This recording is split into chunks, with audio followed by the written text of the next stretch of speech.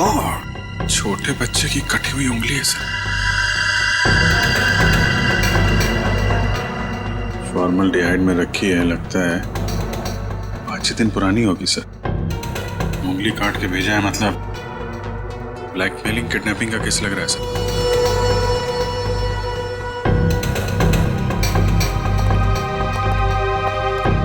क्या आपके घर में, आपके परिवार में कोई छोटा बच्चा है? नहीं सर, हमारे यहाँ तो कोई बच्चा नहीं और ना ही ये पार्सल हमारा हो सकता है। लेकिन आया तो तुम्हारे घर पर ही ना। अगर इसी एड्रेस पर आया तो और किसी का कैसे हो सकता है? हाँ? चिट्ठी कहाँ है वो? सब जिसके लिए लिखी गई थी उसके पास ही होगी। अरे यार, क्यों मुझे मरवाने पर तुले हुई हो? सर, चिट्ठी।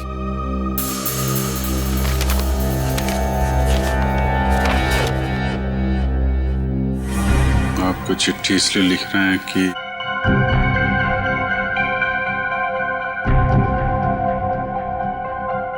बहुत ठीक घटिया आदमी हो, और मैं नहीं डरती आपसे। आपकी गायत्री। सर, हमें नहीं पता ये चिट्ठी में ये लड़की क्या बात कर रही है, और हम गायत्री को नहीं जानते। सर, जिसे ये पार्सल मिलने वाला था उसका नाम तो लिखा था, मगर अब इसे पढ़ पाना बड़ा मुश्किल है। अच्छा, हाँ ठीक है, पता तो लगा ही लेंगे। लेकिन इस गायत्री ने एक छोटे बच्चे की उंगली काट कर यहां भेजी है आपके पास, और तुम लोग कह रहे हो कि तुम्हें कुछ पता नहीं ये गायत्री कौन है? तो क्या उसके सपने में आया या आप लोगों का एड्रेस? मैं आपसे कह रही थी ना, ये घर मत खरीदो मत खरीदो, देखा भी क्या हुआ। तो क्या आप लोगों ने ये घर खरीदा है? कब खरीदा? सर, हम तो 4 दिन पहले ही यहाँ पर शिफ्ट हुए हैं। सर, कहीं ये पार्सल पहले वाले के लिए तो नहीं? कौन रहता था यहाँ पे? मेरा नाम धनराज है। 30 लाख तो क्या, तुम्हारे इस निकम में बेकार पति को मैं 30 फूटी कौड़ियां भी दे दूं। अब पापा क्या क्या बोले जा रहे हो? आप सोच भी रहे हो? तुम इस घर के दामाद है, मेरे पति है। जैसे कि हीरा ढूंढ के लाई। एक तो मेरी मर्जी के बगैर शादी की, ऊपर से ये घर जवाई लाके बिठा दिया यहाँ पर। बस पापा, अब आप शांत हो जाइए, मत लेकिए इनके मुंह। वैसे भी आपका ब्लड प्रेशर बढ़ा हुआ है। और मोनिका, तुम दोनों भी जाओ यहां से। अब क्या हम अंदर आ सकते हैं? जी, आप लोग?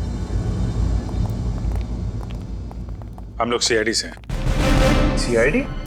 जी हाँ। कहिए। आपका जो पुराना घर है जिसे आपने मिस्टर जयंत को भेजा है, वहां पे एक पार्सल आया है, उसके बारे में कुछ पूछताछ करनी है। हे भगवान, उंगली।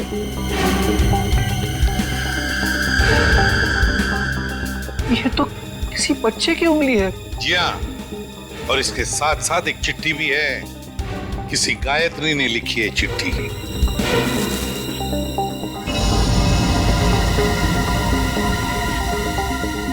कौन है ये गायत्री? सर, हमारे तो पूरे खानदान में कोई दूर दूर तक गायत्री नहीं। सर, हमारे परिवार में कोई बच्चा नहीं है जिसकी ये उंगली है। बिना जान पहचान के कोई यूं ही ऐसी चिट्ठी भेज देगा क्या? चल, कोई बात नहीं, हम पता लगा लेंगे कि गायत्री ने चिट्ठी लिखी किसको और ये बच्चा है कौन। यार, कब तक इसका पहरा देते रहेंगे? जब तक बॉस पैसा देता रहेगा तब तक।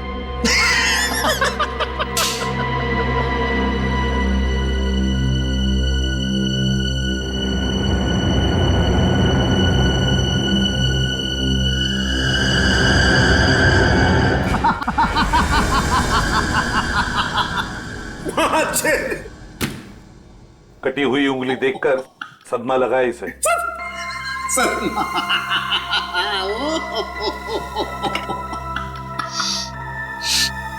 नहीं सर, इसमें कोई लाफिंग गैस नहीं है। Laughing gas? ये देख साउंड के, तुझे हमने सिर्फ इतना बताया कि गायत्री नाम की एक औरत ने एक बच्चे की उंगली काट दी, और तुझे हंसी के फव्वारे फूट रहे हैं। यार सिर्फ इतना ही कहा है ना कि ये उंगली शायद 5-6 दिन पहले काटी गई है, क्योंकि सही सलामत है, सड़ना शुरू नहीं हुई है। उंगली तो ठीक है, लेकिन ये फॉर्मेल्डिहाइड का क्या? फॉर्मेल्डिहाइड का क्या? हाँ क्या? ये देखो, रिपोर्ट पढ़ो फॉर्मेल्डिहाइड की। क्या? फॉर्मेल्डिहाइड सॉल्यूशन 6 साल पुराना है? 6 साल? पंकज क्या हुआ? लगता है फॉर्मल्डिहाइड पी गया इसे। सर, इसने अभी अभी कटी हुई उंगली का फॉर्मल्डिहाइड सूंघा है। सालूम के साहब ने सूंघा, सालूम के साहब गए। पंकज ने सूंघा, पंकज आया। अब तुम भी सूंघ लो। नहीं सर, मेरी वाइफ ने कहा है हंसना मना है। सालूम के साथ हमें इतना बेवकूफ मत समझिए। ये फॉर्मल्डिहाइड भले 6 साल पुराना हो, मगर इसकी कटी हुई उंगली थोड़ी 6 साल पुरानी होगी।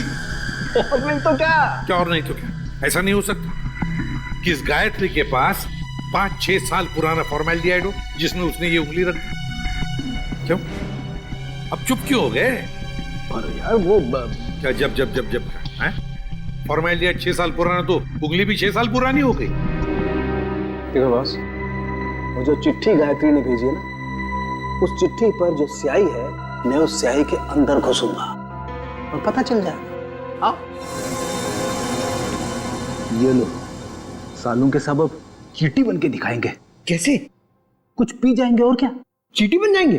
ओ, अगर चींटी नहीं बनेंगे तो इनके अंदर घुसेंगे कैसे? है ना? देखो चल, ये है क्रोमेटोग्राफ। लाइट वहां से निकलेगी और इस जाली पर पड़ेगी। ये खास किस्म की जाली। यहां पर लाइट का एक स्पेक्ट्रम बनेगा। लाइट हो जाएगी सतरंगी और इस फिल्टर पर पड़ेगी। ये खास किस्म का फिल्टर है जहां से सिर्फ एक खास किस्म की लाइट की रेज ही इस चिट्ठी पर पड़ेगी जो गायत्री ने लिखी। और वो लाइट इस चिट्ठी पर जो स्याही है, उस स्याही के अंदर घुस जाएगी। उस लाइट की वजह से इस स्याही के छोटे छोटे कण अचानक गर्म होना शुरू हो जाएंगे और उन कणों की उछल कूद यहां पर दिखाई देगी। और ये इस कंप्यूटर के साथ जुड़ा हुआ है। दरअसल एक कंप्यूटर हमें पढ़ के बताएगा कि ये स्याही कितनी पुरानी है। सालुंकी, तेरा फिजिक्स का लेक्चर पूरा हुआ? हम कहानी शुरू करें? जरूर। ये देखो बॉस, ये लाइट उस जाली पर पड़ी और लाइट का स्पेक्ट्रम, और ये खास किस्म की लाइट घुसी इस चिट्ठी पर।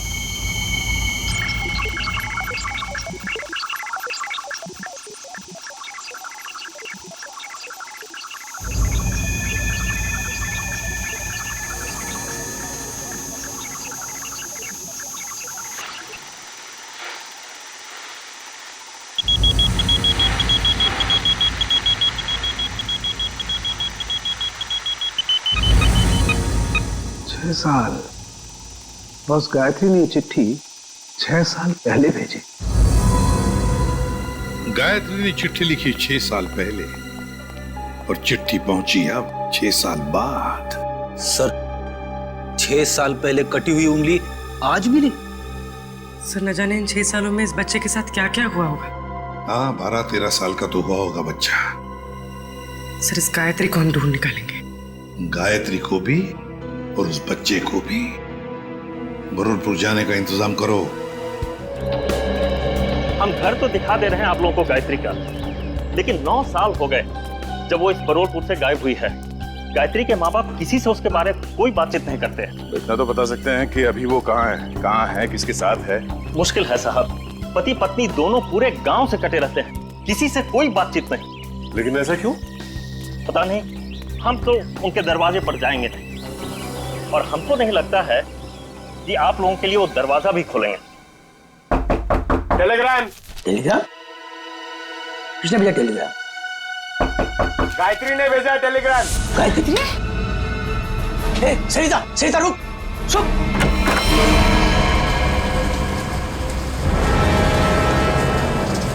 कौन है भैया आप लोग? हम लोग सीआईडी से। सीआईडी से? और आपकी बेटी गायत्री को ढूंढते ढूंढते मुंबई से यहाँ आए। मुंबई से?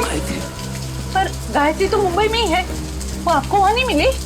उसके इस चिट्ठी के हिसाब से तो 6 साल पहले आपकी बेटी गायत्री को यहाँ गोरलपुर में 6 साल पहले आना चाहिए था। तो लेटर लिखा था, तो आई क्यों नहीं अभी तक?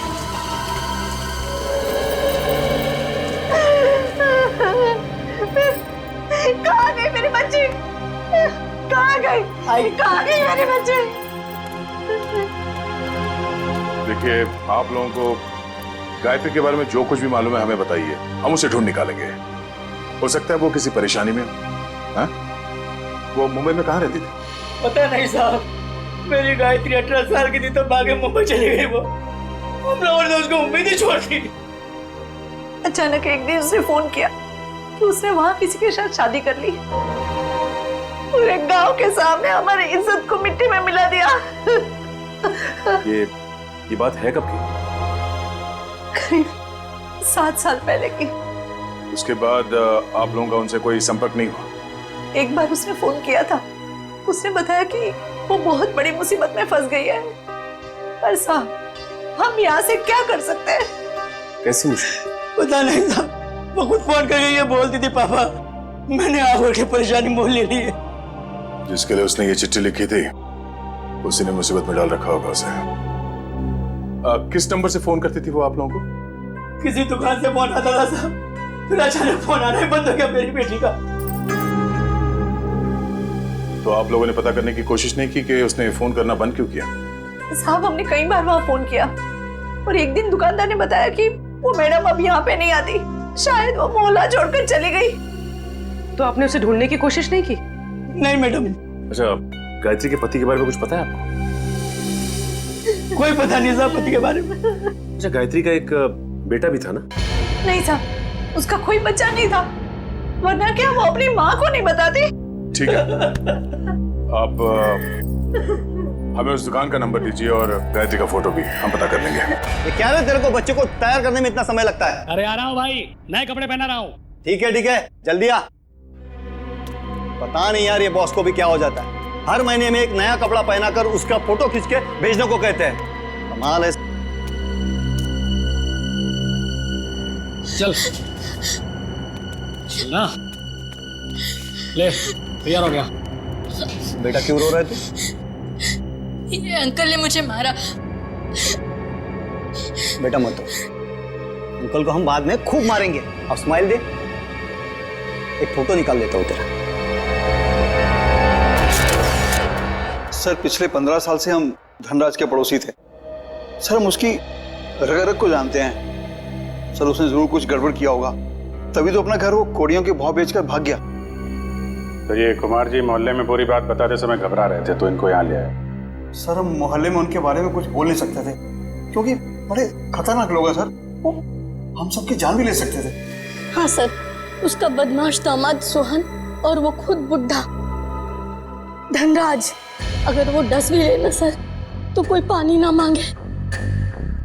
अच्छा, ऐसा क्या किया उन्होंने आपके परिवार के साथ? सर, उनको समझना बहुत मुश्किल है, बहुत घटिया लोग हैं सर, एक नंबर के क्रिमिनल है सर। मेरी बेटी की हालत देखिए ना सर, धनराज के बेटे ने इसकी जिंदगी खराब कर दी। रणवीर ने? नहीं सर, हम रणवीर की बात नहीं कर रहे हैं, उसका छोटा बेटा अमन की बात कर रहे हैं सर। एक मिनट, उनके घर में हमने एक ही बेटा देखा, रणवीर, लेकिन धनराज का दूसरा बेटा अमन है, ये तो हमें किसी ने नहीं बताया। सर, उन्होंने भी आपको सच नहीं बताया, भगोड़ा है अमन। सर, उससे मेरी शादी होने वाली थी और सगाई के दिन ही वो मुझे छोड़कर भाग गया, पता नहीं कहाँ चला गया था। ये धनराज और उसका परिवार तो काफी शातिर निकला सर। गायत्री का फोटो दिखाओ इन्हें। सर, इसे कभी देखा उनके परिवार में? ये गायत्री? नहीं, कभी नहीं देखा। अच्छा, कोई बच्चा भी था उनके परिवार में? नहीं सर, कभी कोई बच्चा नहीं देखा। अभिजीत, ये अमन वाली बात मुझे गड़बड़ लगती है। क्या सामन के बारे में और कुछ बता सकती हो तुम? हाँ सर, अमन और उसके पापा की बिल्कुल नहीं बनती थी, इसीलिए वो एक गोरेगांव के रेस्टोरेंट में काम करता था। फिर पता नहीं अचानक कहाँ गायब हो गया। अभिजीत, तो गोरेगांव में जाकर पता लगाओ किस होटल में ये अमन काम करता था। ये तो बहन जी है। बहन जी? हाँ साहब, सीधी सादी सी थी, हमेशा दुखी दुखी रहती थी, तो मैं इन्हें बहन जी कहता था। करीब 5-6 साल हुए हैं, अब मेरी दुकान पे नहीं आती हैं। आप बता सकते हैं कि वो इतना दुखी क्यों रहते थे? मैडम मुझे नहीं मालूम, ये तो उनके पति ही बता सकते हैं। आप उनके पति को जानते थे? नहीं साहब, उनके पति को तो कभी देखा नहीं, लेकिन अक्सर हर दूसरे दिन बहन जी मेरी दुकान पर अकेली ही आती थी। यहाँ से अपने गांव फोन करती थी, अपनी जरूरत का सामान लेती थी और चली जाती थी। उसके साथ कोई बच्चा भी आता था 5-6 साल का? नहीं साहब, मैंने कभी कोई बच्चा नहीं देखा इनके साथ। अच्छा, ये बहन जी रहती कहाँ पर थी? साहब, अगर मुझे इनके घर का पता मालूम होता तो मैं अपने उधार के 2500 रुपए वसूल नहीं कर लेता इनसे। सर, अगर ये गायत्री हर दूसरे दिन यहाँ फोन करने आती थी तो इसका मतलब तो यही है ना कि कहीं आसपास ही रहती होगी। इतनी वाहियात फिल्म थी ना कि मैं तो पूरी पिक्चर में सोता रहा। क्या बात कर? तो और क्या, इतनी बकवास? अरे एकदम बकवास। अरे भाई साहब सुनो, आप करना जरा ये फोटो देखिए। आप लोग इस औरत को पहचानते हैं? भाई साहब, आप किसी और से जाके पूछ लीजिए ना, आप देख नहीं रहे हम लोग बातचीत कर रहे हैं। अरे भाई साहब, 1 मिनट फोटो देख लोगे तो क्या जाएगा आपका? क्यों भाई, जबरदस्ती है बताना। अब जबरदस्ती समझो या फिर मजबूरी, जरा ये फोटो देख के पहचानिए। हम लोग CID से। जी हाँ, CID से। अब देखिए और बताइए। ये औरत, ये तो वही है ना सर? इसकी वजह से मेरे को बहुत मार पड़ी है सर। मैं इसके बारे में आपको कुछ भी नहीं बता सकता। मैं तो जा रहा हूँ भाई, मैं जा रहा हूँ। अरे सुनो भाई साहब। अरे नहीं भाई, अरे रुको। अरे नहीं। गायत्री को आप लोग ढूंढ रहे हैं। मगर इसमें हंसने वाली कौन सी बात है? अरे मैडम, गायत्री के बारे में हर आदमी कुछ न कुछ नई बात बताएगा आपको। मतलब?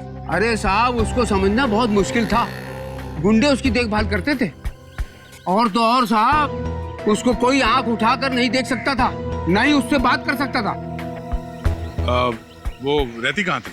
अभी तो कोई उसके घर में नहीं रहता, पिछले 6 साल से खाली पड़ा है। पता नहीं वो लोग कहाँ चले गए। कोई नहीं, हम देख लेंगे। ये बताओ कि उसका घर कहाँ है? वो रहा गायत्री का घर।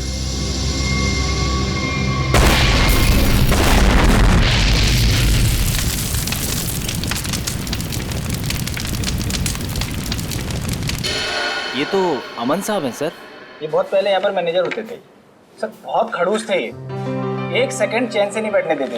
अच्छा ठीक है ठीक है। उनके बारे में हमें कुछ और बता सकते हो? हाँ साहब, सुना है कि इनके पिताजी के साथ इनकी बिल्कुल नहीं बनती थी, इसीलिए वो इतने बड़े बाप की औलाद होने के बाद भी यहाँ काम करते, और फिर किसी रईस लड़की से उन्होंने शादी कर ली, और फिर शायद वो बेंगलोर चले गए। और क्या सर, करीब 6 साल पहले एक कार एक्सीडेंट में वो, उनकी पत्नी और उनका बेटा मारे गए। तीनों मार गए? सर सुना तो ऐसा ही था। उनकी पत्नी का नाम गायत्री था क्या? नहीं सर, गायत्री तो नहीं था, नाम तो कुछ और था सर। पहले याद था पर अब याद नहीं आ रहा। मैं तुमने बताया उनका बेटा भी था? हाँ सर, करीब 5-6 साल का था जब वो एक्सीडेंट हुआ था। Thank you very much. वो उंगली 5-6 साल पहले की कटी हुई है, किसी 5-6 साल के बच्चे की है, और अमन के बेटे का एक्सीडेंट भी 5-6 साल पहले हुआ था, और वो चिट्ठी भी 5-6 साल पहले लिखी है। तो ये बच्चा तो पोता निकला धनराज का। कहीं ऐसा तो नहीं कि ये बच्चा अभी जिंदा हो? मुझे भी ऐसा ही लग रहा है। जरा बेंगलोर फोन करो और पुलिस स्टेशन से एक्सीडेंट के सारे रिकॉर्ड मंगवा लो। इस गायत्री का कुछ ना कुछ लेना देना है धनराज परिवार से। और ये धनराज सारी बातें हमसे छिपा क्यों रहा है?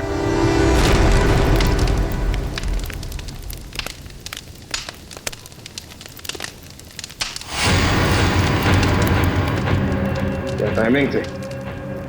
हम लोग यहाँ गायत्री के घर पहुंचने ही वाले थे कि किसी ने यहाँ पे बॉम्ब ब्लास्ट कर दिया। सर, ये ठंडे बस्ते में पड़ा हुआ मामला नहीं लगता है। लगता है बच्चा अभी भी जिंदा है और ये मुजरिम हम पे नजर रखे हुए था। इसीलिए उसे पता लग गया कि हम गायत्री के बारे में पूछताछ कर रहे हैं। हाँ, मगर ऐसी क्या चीज थी यहाँ जो मुजरिम चाहता था कि हमारे हाथ न लगे? ये घर सालों से बंद पड़ा है, गायत्री यहाँ पे रहती भी नहीं है, फिर ये धमाका करने की क्या जरूरत थी? जरा देखो आसपास, देखो कोई सुराग मिलता है क्या?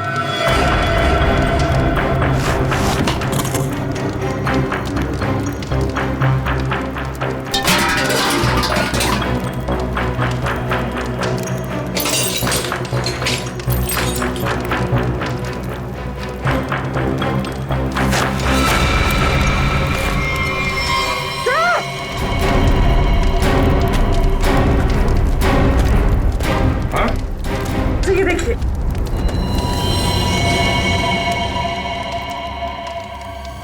किसी की हड्डियां हैं, सीमेंट और ईंट के टुकड़े में चिपकी हुई है।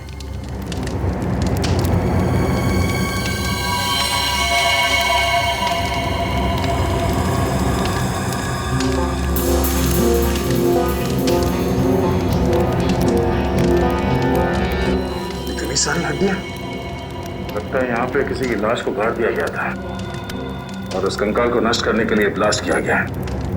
तो मतलब मुझे ही नहीं चाहता था कि कंकाल हमारे हाथ लगे। एक काम करो, ये जितनी भी हड्डियां सब उठा लो और लाश की खोपड़ी भी ढूंढो, यहीं कहीं होनी चाहिए आसपास।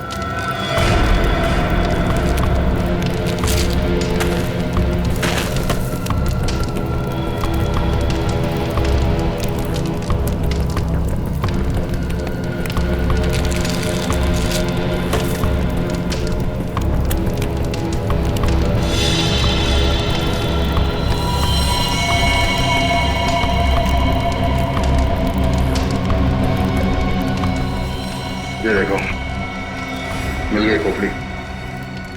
मतलब सर किसी की लाश को यहाँ पे गाड़ा गया था? और ये है कौन?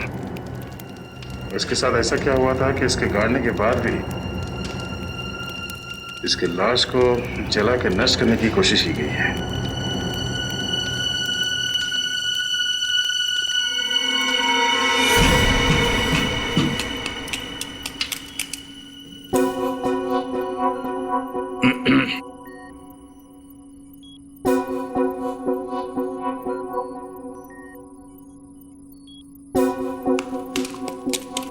सालुंखे, तू एक ही हड्डी निकालते रहे ना, हम यहाँ खड़े खड़े भजन करते हैं। हाँ? बॉस, आप वक्त से पहले आकर के खड़े हो गए मेरे सर पे। ये हड्डियां किसकी है बता? ये हड्डियां एक लड़की की है। सर, गायत्री के घर में लड़की की हड्डियां? कहीं कहीं ये हड्डियां गायत्री की तो नहीं? पता नहीं गायत्री की हैं या नहीं है, ये तो तभी पता चलेगा जब हम इस खोपड़ी पर चेहरा बना लेंगे।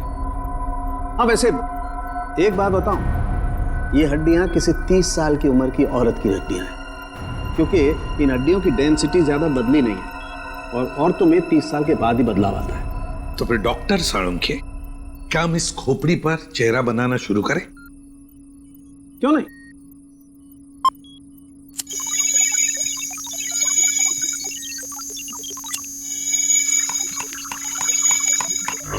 वैसे एक बात बताओ, जिस किसी ने भी गायत्री के घर में ब्लास्ट किया है, उससे बड़ा गधा संसार में कोई और होगा नहीं।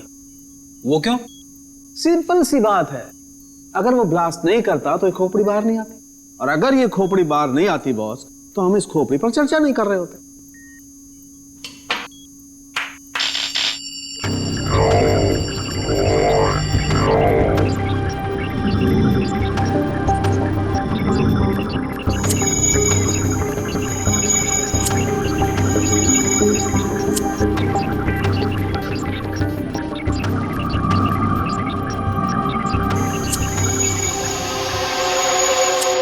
वैसे इसको थोड़ा वक्त लगेगा बॉस, कंप्यूटर को हर काम सोच समझ के करना पड़ता है, कहीं चेहरा गलत ना बन जाए।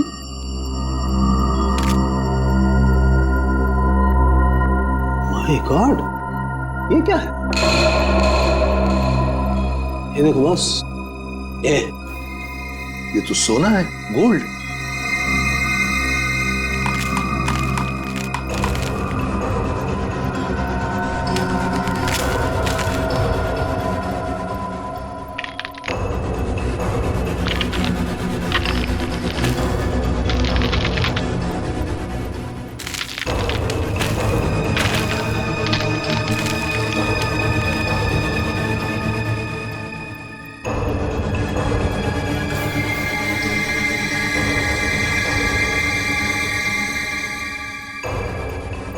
ये देखो बॉस।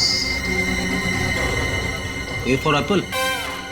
यार ए फॉर अमन। हाँ, चेहरा बन गया बॉस।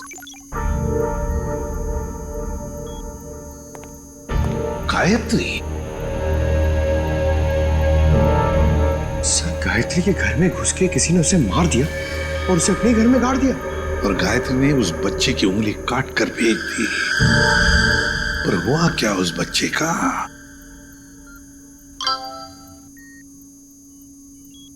सर, बैंगलोर पुलिस ने एक मेल भेजा है। लिखा है कि 6 साल पहले अमन अपनी वाइफ के साथ कहीं जा रहा था। कार पहाड़ से नीचे गिर गई और कार में आग लग गई। हाँ, मगर इस फोटो में बच्चा भी है। पर सर, मेल में तो बच्चे का कोई जिक्र ही नहीं है।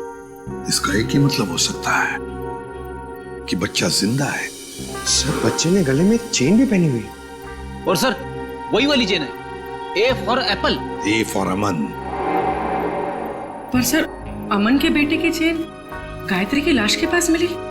अमन और उसके पत्नी की गाड़ी का एक्सीडेंट हो गया 6 साल पहले।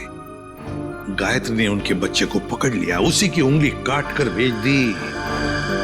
पर अब तो गायत्री ही नहीं रही, तो फिर वो बच्चा कहां गया? उस बच्चे को ढूंढना होगा, बचाना होगा और इस धनराज की गर्दन पकड़नी होगी। बस बबलू ने एक निवाला खा लिया ना, तो हमारा काम हो जाएगा।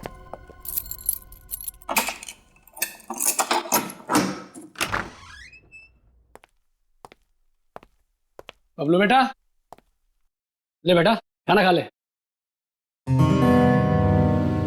ये मेरे लिए? हाँ मुन्ना, तेरे लिए ही है। ले खा ले।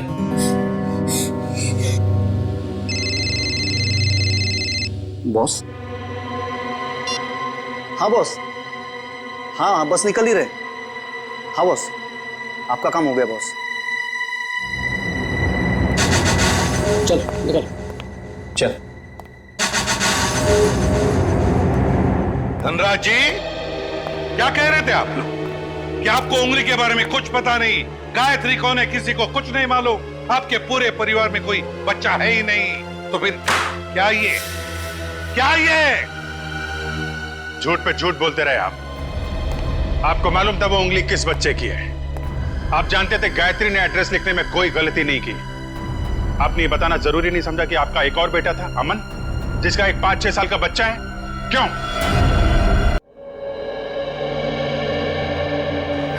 सर, जब मैंने उंगली देखी थी तो मुझे लगा था कि वो शायद पोते की हो सकती है।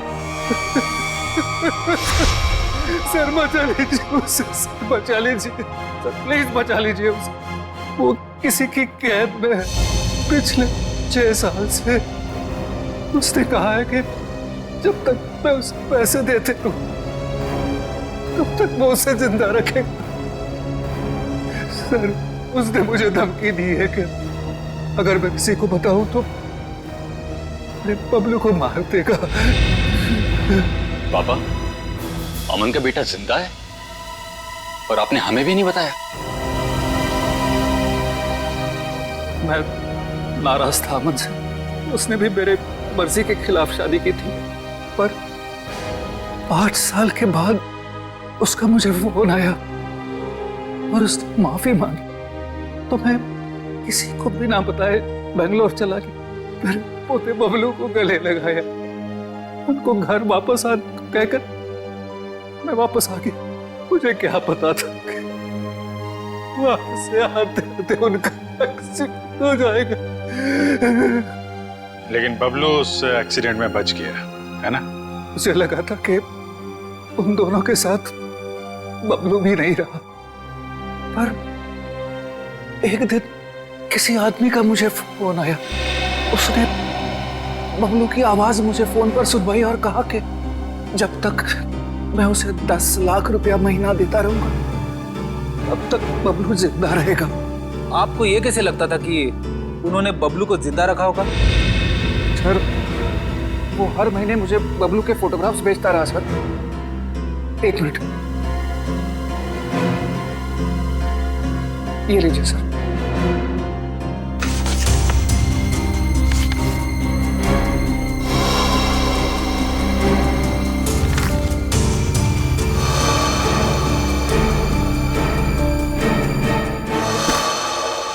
आपने उस किडनैपर का फोन नंबर तो नोट किया होगा ना?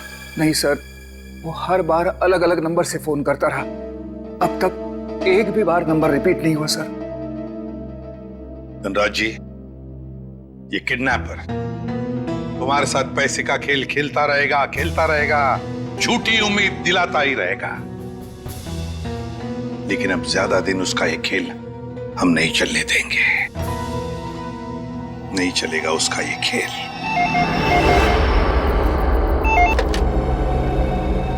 हेलो धनराज जी, मैं सोच रहा हूँ कि आपका पोता मैं लौटा दूं। ओह, तुम हो? भगवान तुम्हारा भला करे। प्लीज मेरे पोते को लौटा दो। हम भगवान के भरोसे पे नहीं रहते।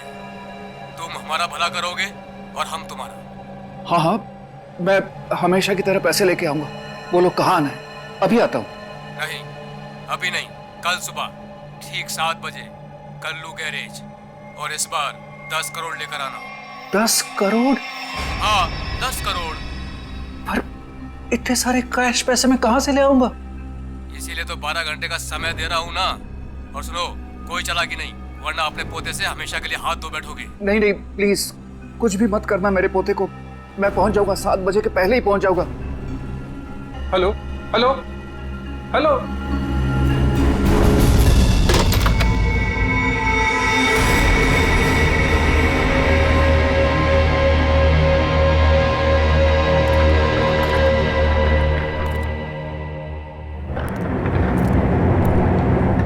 कल्लू गैरेज ही तो बोला था। यहाँ तो कोई नहीं है।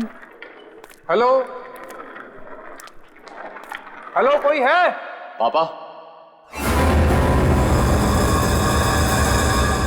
रणवीर, रणवीर तुम यहाँ क्यों आए? पापा, मैं आपको किडनैपर से अकेले मिलने कैसे आने देता? रणवीर, तुम्हें पता है उसने कहा था कि मैं अकेला ही यहाँ हूँ। अगर उसने तुम्हें देख लिया तो वो बबलू को कुछ भी कर सकता है। रणवीर जाओ, भागो, तुम भागो।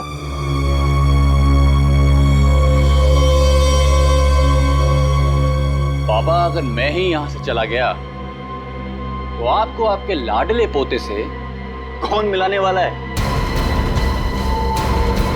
क्या? तुम? जी हाँ, मैं ही आपके पोते को 6 साल से पाल रहा हूं। क्या कह रहे हो रणवीर? तुम ऐसे कैसे कर सकते हो? मैं तुम्हें... अरे पापा, आराम से, शांति, नहीं तो ब्लड प्रेशर हाई हो जाएगा। आपका पोता बिल्कुल ठीक ठाक है। ले आओ रे।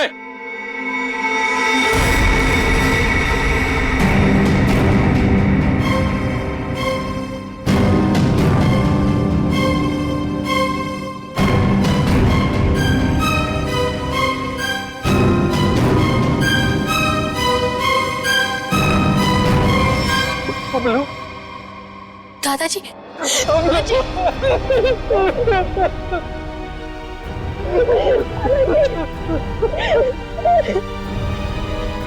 मैं आ गया हूं, तुम्हें कोई कुछ नहीं करेगा। चलो घर चलते। अरे रुकिए पिताजी, रुकिए। जाते जाते जरा इन कागजात पे साइन करते जाइए, देख लीजिए। वो क्या है ना कि ये सब हो जाने के बाद आप और मैं एक साथ तो रह नहीं सकते, तो आपका घर और फैक्ट्री मेरे नाम कर जाइए और दफा हो जाएगी। तो जैसे विश्वासघातकी को तुम्हें एक फूटी कौड़ी भी नहीं दूंगा। दोगे पापा, दोगे। जब आप बिना देखे अपने पोते के लिए करोड़ों रुपए दे सकते हो, तो देखने के बाद तो इतना दे ही दोगे। नहीं मिलेगी, एक फूटी कौड़ी भी नहीं मिलेगी। अच्छा, देखते। क्या कर रहे हो? सोच लीजिए। दादाजी नहीं। बुढ़े साइन कर, दोबारा मौका नहीं दूंगा।